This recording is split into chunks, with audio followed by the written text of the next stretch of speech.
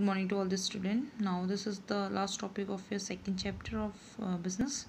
So here we are comparing these two person, Henry Fowler, F.W. Taylor.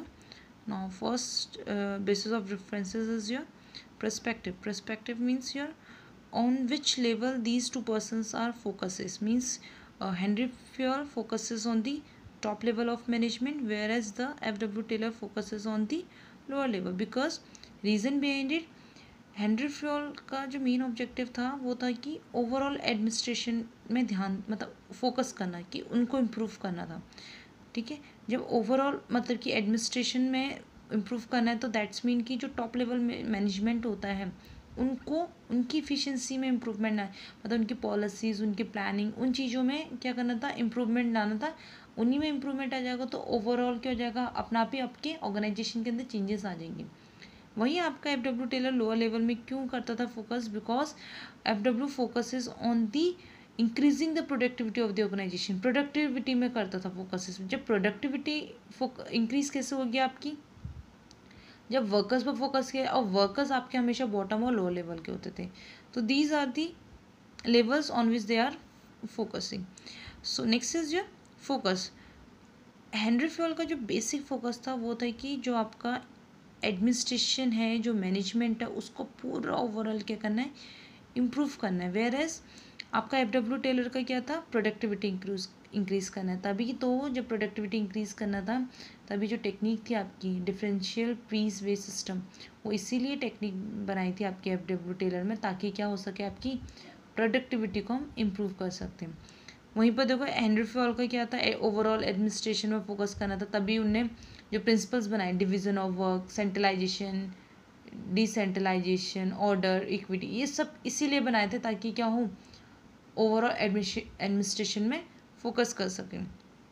Third आता है unity of command. This is the principle of Henry Fayol.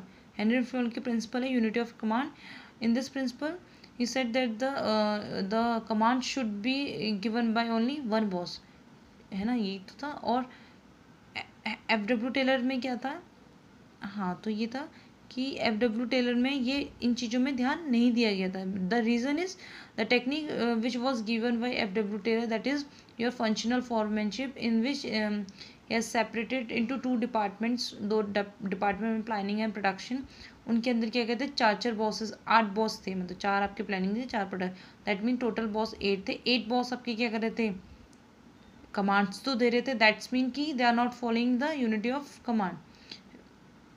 Fourth आता है आपका applicability. Applicability means your Henri Fayol की जो principles हैं that are followed universally, मतलब कि वो आपके यूनिवर्सल एप्लीकेबल हैं. द रीज़न इज़ कि जो आपके प्रिंसिपल्स बनाए गए थे हेनरी फ्योल ने, वो अपने पर्सनल एक्सपीरियंस से बनाए थे कि उन्हें खुद किसी ऑर्गेनाइजेशन में जॉब की थी, तो उनने वहाँ से वो एक्सपीरियंस गेन किया था कि हाँ एक ऑर्गेनाइजेशन में ऐसा होता है. तो मतलब कि जो उनके प्रिंसिपल हैं एंड वो क्या हो रहा है, आपके पूरे यूनिवर्सल ही फॉलो किए जाते हैं.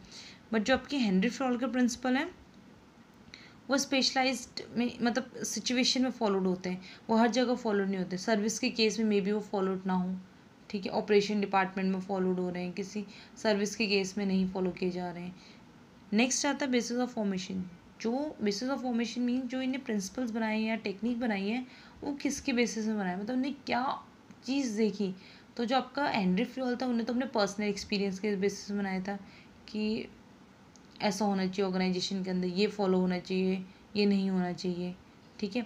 वहीं आपका F.W. टेलर ने जो प्रिंसिपल बनाए थे वो ऑब्जर्वेशन के हिसाब से बनाए थे. मतलब कि वो क्या करते थे, कोई चीज़ को ऑब्जर्व करते थे, उसमें एक्सपेरिमेंट करते थे, फिर उसको इम्प्लीमेंट करते थे कि रियलिटी में होता है नहीं होता है. तभी इस जो F.W. टेलर को साइंटिफिक मैनेजमेंट भी बोला जाता है. इसीलिए बोला जाता है क्योंकि साइंस को थोड़ा उन्होंने को रिलेट कर रखा था मैनेजमेंट के साथ.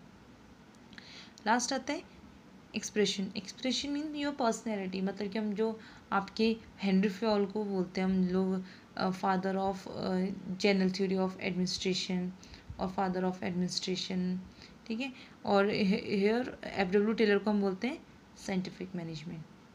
सो there is a 6 comparison between Henri Fayol and F.W. Taylor.